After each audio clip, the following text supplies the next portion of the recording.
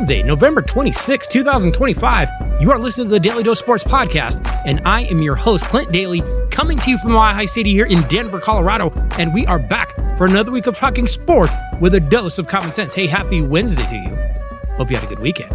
Hope your week is going well. Hope you, your family, your friends are all staying strong, and you're all staying healthy right now. And yes, we are back this week.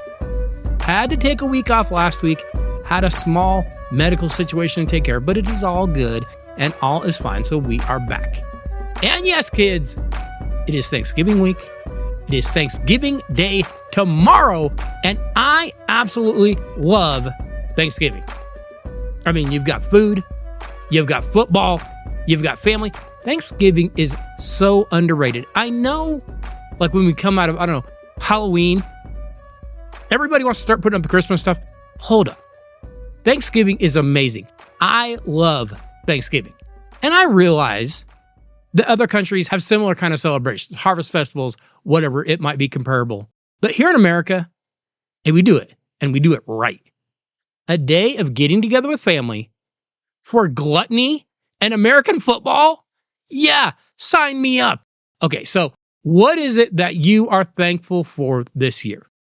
Hey, maybe it's your health. Maybe it's your family, your friends, your job, your community, your safety, whatever. And I know that it is very shallow. It's a little bit superficial.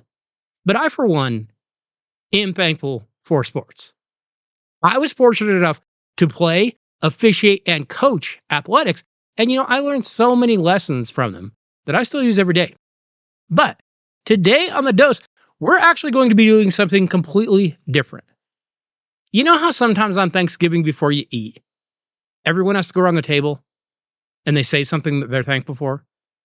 Well, we're going to do that here today because I know tomorrow, none of us are going to want to do it. But today, in honor of Thanksgiving, we are going to bounce around from sport to sport, and I'm going to let you know what a number of different sports stars and sports teams are going to be saying tomorrow at their Thanksgiving dinner. Now, you might be sitting there, and you might be thinking, well, Clint, how do you know what they're going to say? Hey, the Daly Dose I team gives me information that no one else can get. You just watch. I know things.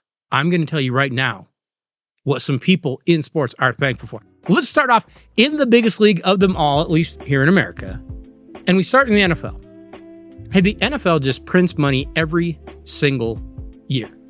Okay, so what do some of the biggest stars and teams have to be thankful for this year? Well, let's start in Kansas City, where the Kansas City Chiefs have now won 9 straight AFC divisional titles. But hey, they're struggling a little bit this season. The Chiefs are now 6-5 after a big come-from-behind win on Sunday against the Indianapolis Colts. And while they have a long way to go, hey, the Chiefs are still in the hunt. Okay, so what could quarterback Patrick Mahomes be thankful for this year? Hey, Pat was drafted into the perfect place, playing in Kansas City for a coach like Andy Reid with one of the greatest tight ends ever in Travis Kelce. I think Patrick has a ton to be thankful for. One, if you've seen his wife or heard her talk, I'm pretty sure Pat is thankful for those 8 road games. Dude probably feels like he's deaf for the first day or two. And then I think Patrick Mahomes should be extremely thankful for former quarterback Tom Brady. Of course, Brady is the most decorated quarterback in modern NFL history.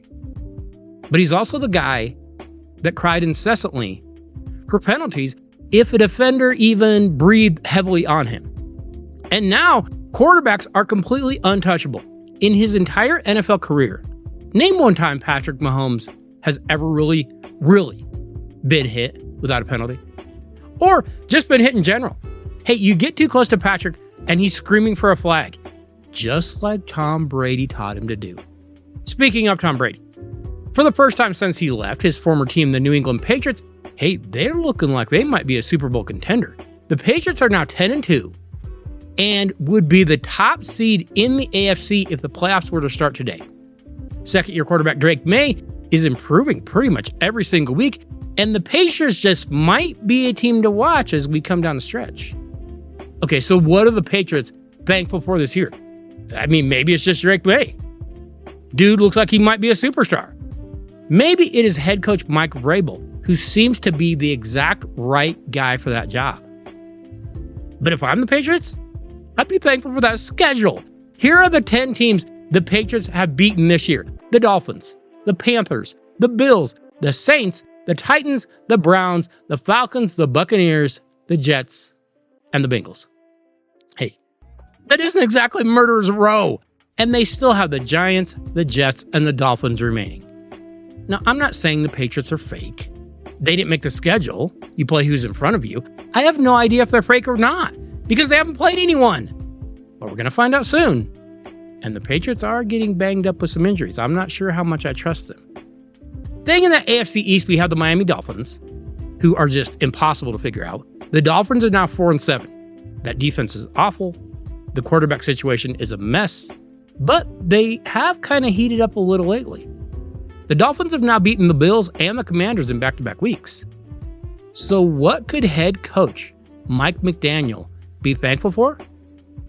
I would say probably step stools and baby gap, which is where he seems to buy his little short pants. The New York Giants are having a tough season.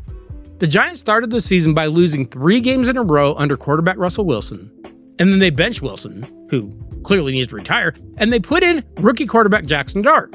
And with rookie running back Cam Skattebo, the Giants showed some signs of life. They beat the LA Chargers, they beat the Philadelphia Eagles, and then they lost to the Denver Broncos in a wild game. Skattebo ended up getting hurt. Now Dart is hurt, and now they've lost 6 straight games in a row. They have Jameis Winston starting at quarterback, and they fired their head coach Brian Daboll as well as their defensive coordinator. Well, I would say this year the Giants should be thankful for Brian Daboll. Because think about that situation. The front office brought in Russell Wilson, Jameis Winston, and Jackson Dart and thought it would work. Hey, I don't know if Daboll's a good coach. I have no idea, but he was the perfect scapegoat for the idiotic decisions that dumb front office made. Is Russ terrible? Blame Daboll. Did Jameis throw another pick 6? Blame Daboll. This roster, especially at the quarterback room, was an absolute mess. Hey, just blame Brian Daboll. It's all his fault. Never mind the front office. Of course, the Philadelphia Eagles are the reigning Super Bowl champions, and don't look now, but the Eagles have stumbled a little bit. But I do still think they may have something to say about the title this year. No, they're not always pretty. But the Eagles are very good up front on both sides of the ball. They can grind you down, they can wear you out. So what could the Eagles be thankful for this year? It just might be GM Howie Roseman, who just seems to keep making the right moves. He has assembled so much talent in Philly. It could be quarterback Jalen Hurts, who struggled a bit on Sunday, but he doesn't care about his stats. That guy wins. But I would say the Eagles are thankful that the NFL has decided that they no longer call false starts against them. Both the Eagles and the Chiefs' offensive lines are just fully allowed to stand up or surge forward before the ball is snapped. I don't know why. I don't understand why you would call it against like the Jets or the Cardinals, but you wouldn't call them. I have no idea. But it happens a lot. In fact, it happens so often, I don't think it's a coincidence. Let's move over to the world of college football, where the Ohio State Buckeyes are once again the unanimous number 1 team in the country. Head coach Ryan Day, hey, he might have an even better defense than he had last year. The Buckeyes have now held 9 of their 11 opponents to 10 points or less. Wide receiver Jeremiah Smith is the best wide receiver in the country. And the Buckeyes are a legit threat to win back-to-back titles. Okay, so what could Ryan Day, the head coach of the Buckeyes, be thankful for? It might be quarterback Julian Sayin, who has actually been a little bit better than Will Howard was last year. He's a Heisman candidate. And Day might be thankful that the Buckeyes get a chance this weekend to get some big payback on that school up north, as the Ohio State Buckeyes will go to Michigan on Saturday and do something they have now failed to do for the past 5 seasons. Think about it. There is not a kid at Ohio State that has ever beaten Michigan, and there is not a player at Michigan that has ever lost to Ohio State. So what is Ryan Day thankful for? Probably shoe polish if he's seen that beard. Speaking of Ohio State, don't forget that former head coach Urban Meyer is kind of the guy that got the Buckeyes back to where they are now. Remember, it used to be that Ohio State, I mean, they were okay. They'd win a bunch of games, but then they'd play like an SEC team in the bowl game, and they just get boat raced. But Urban went to Columbus, and he changed all that. So what is Urban Meyer thankful for? Like Tim Tebow? Maybe, I don't know, JT Barrett? Cardell Jones? Nah. Urban is thankful for those bar sluts. You know it. I know it. He knows it. The Texas A&M Aggies are on the brink of maybe doing something special this year. The Aggies are undefeated. They are currently the number 3 team in the country. A&M has a monster game this weekend against Texas. If they win that, they're going to the Big 12 title game, and they should be headed for the college football playoff. But remember, it was just last weekend. The A&M was down 30-3 to South Carolina and came all the way back and won 31-30. So what in the world is College Station thankful for this year? I'd say they're thankful they were playing South Carolina last week. Any other program, they would 1,000,000% lose. But hey, that's why you're South Carolina. The LSU Tigers haven't had much to cheer about this season. After being a preseason top 5 team, the Tigers have 4 losses. They fired head coach Brian Kelly. Quarterback Garrett Nussmeier has gone from Heisman candidate to just looking pretty average. What in the world does LSU have to be thankful for?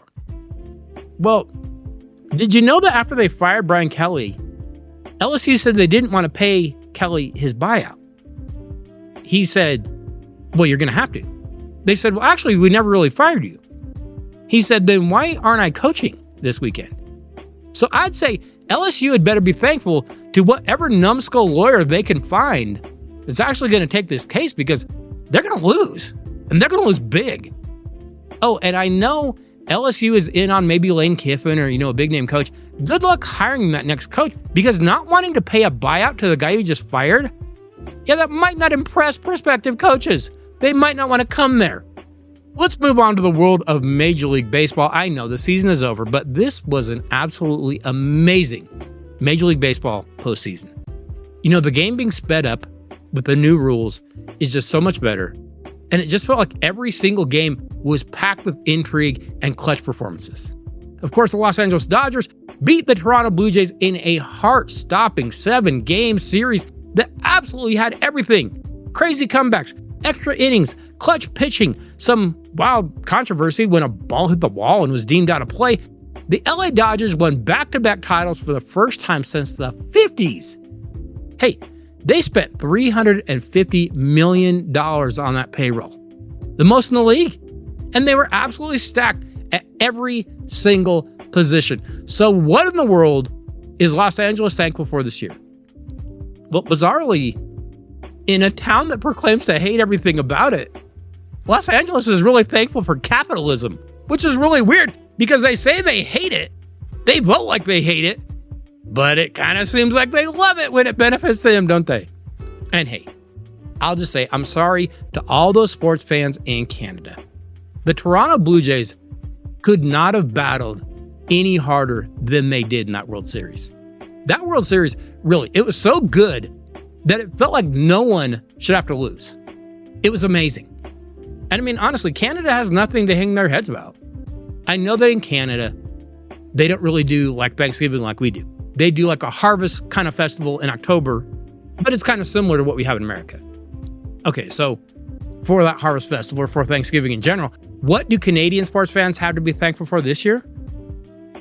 I mean, at least you still have hockey. I mean, sure, you haven't won a Stanley Cup since, I don't know, Bill Clinton was the U.S. president, and I think Kim Campbell was the Canadian prime minister for a few weeks. Hey, chin up, Canada. Your day will come. You just got to keep your eyes open. 2 lucky guys are going to be driving around with those girls for the next couple of months. Yeah. Don't worry, we'll catch our break too. Just got to keep our eyes open. We don't talk a lot about NASCAR here on the Daly Dose. Primarily because if you want to just go watch a NASCAR race like right now at home, I don't know, just go flush a handful of Skittles down the toilet. You'll have the same experience. But I will say what NASCAR is actually thankful for. NASCAR is thankful for baseball and for the NFL preseason. Because think about it, when it's like June, July, early August, there's nothing on, right? You've got baseball, in the dog days. And you've got the NFL maybe starting the preseason. There's nothing on. But hey, on a Sunday afternoon, you can turn on some NASCAR. You can catch a pretty good nap. And then once football actually starts, oh, you're not watching NASCAR. NASCAR could actually have cars jumping through a fiery hoop over a pit of rabid crocodiles being driven by women in bikinis. I ain't watching a single lap. Gotta get that audience while you can, NASCAR. Hey, you know what NASCAR should be doing? They should be starting that season the day after March Madness ends, run it until the NFL regular season begins, and you would have an audience. But you don't. You run it a long time. You run it well into the NFL season, and nobody watches it. Your viewer numbers are, well, they're kind of like the NBA, which is to say terrible. Okay, so let's kind of finish up our What Are They Thankful For show in that very NBA. And it's funny, because if you listen to the media, if you listen to like ESPN, you know, the worldwide leader in sports, I mean, granted, they have a contract with the NBA, but you'll listen to those NBA guys and they'll be like, oh, the NBA has never been bigger than it is now. The NBA is just so impressive. They just keep it going every year. And if you listen to that, you go, oh, I guess the NBA is doing well. Now, if you actually look at what the viewer numbers are, they will say that's all BS because no one is watching the NBA. Every single NBA Finals that takes place has less viewers than the year before. It's a terrible product. And get this. Now, the NBA has yet another betting scandal where we are finding out that the league might be every bit as fixed as like professional wrestling. Okay, so what in the world does NBA Commissioner Adam Silver, by the way, the worst commissioner in all of professional sports, have to be thankful for? Honestly, I think Adam Silver is just thankful for any distractions from his filthy league. War in the Ukraine? Good, good, good. Possible conflicts in the Middle East? Good, good, good. Earthquakes, floods, fires, hurricanes, aliens? Good, good, good, good, good. Anything to take the attention off the fact that the NBA is looking more and more like if it isn't fixed, it certainly walks, talks, and quacks like certain aspects of it are kind of fix-ish. I won't say it's fixed, but it's fix-ish. Think about this. Dallas loses their best player in a completely mind-numbing trade. They give away Luka Doncic for basically nothing. What did they get? Oh, amazingly, they get the top pick in the NBA draft. What? They were like the 5th or 6th worst team. How did they get it? But think about this. Since the NBA changed their lottery system back in 2019, the team with the league's worst record has never won the lottery. They've never picked first.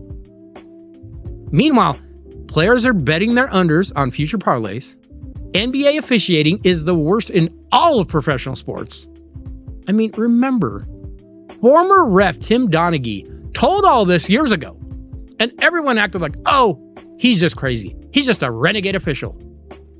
He doesn't seem so crazy right now. Now, you just watch. We're not going to hear another word about this NBA betting stuff. It doesn't mean it isn't happening. We're just not going to hear about it. And Adam Silver is just thankful for anything else in the news right now. Hey, just forget all that betting stuff. Nothing to see here whatsoever. That's all just rumors. That's all just hearsay. Don't even worry about that. That is all hearsay. Okay, let's finish off our What Are They Thankful For in Sports show with that team that made that terrible trade last year. Yes, I am talking about those Dallas Mavericks that traded superstar Luka Doncic to the Los Angeles Lakers for Anthony Davis and a handful of magic beans. Of course, since being traded, old street clothes Davis, as they call him, has played a grand total of 14 games. By comparison, Luka has played like 40 games for the Lakers. 14, 40. And right now, Anthony Davis is currently out with another injury. Strained calf or, I don't know, pulled ovary, something. I don't really know exactly what it is. So what in the world does Anthony Davis have to be thankful for this year? He's not even playing. He's sitting on the bench in street clothes as he always is. But I can tell you what he's going to say he's thankful for tomorrow. Guaranteed contracts and ambulances. I will guarantee that. Finally, on a personal note, I am thankful for a few things myself. Of course, I am thankful for my family, my friends, and my health. I am thankful that my Colorado pro sports teams are all playing well. And I know what you're thinking. What about the Colorado Rockies? But I mean, they obviously aren't a pro franchise, so they don't count. I am thankful for the Peyton and Eli Monday Night Football show. I am thankful for the first days of the NCAA tournament. I am thankful for rivalry games. I am thankful for that sound that a sports crowd makes on a huge play when everyone just yells, Touchdown, Napier for the win! He got it! In unison. And of course, I am thankful that the Raiders suck again. But I am also thankful for each and every one of you that listen to the podcast, that read the articles, that watch the videos, and thankful for those of you that share them as well. That makes it just a little better. And I know I say that every single week, but I genuinely mean it. It truly, truly is appreciated. Hey, next week on The Dose, we will be keeping you up on all that is going on in the world of sports, and we just might have to take a very brief look at that NBA, but more at college basketball. And no, we're not going to dive too deep, but we can get you up to speed on what to expect in each of those this season. So make sure you check out The Dose, and make sure you let a friend know to do the same. Hey, like I said, I do genuinely want to thank each and every one of you for listening to the Daily Dose, for the emails, for the text, for the tweets. Thank you for sharing the show with someone that you know. We appreciate that so much. Happy Thanksgiving, KJSP. Could not do any of this without you. I will see you all next Wednesday. Have a great week and have a very safe and a very happy Thanksgiving.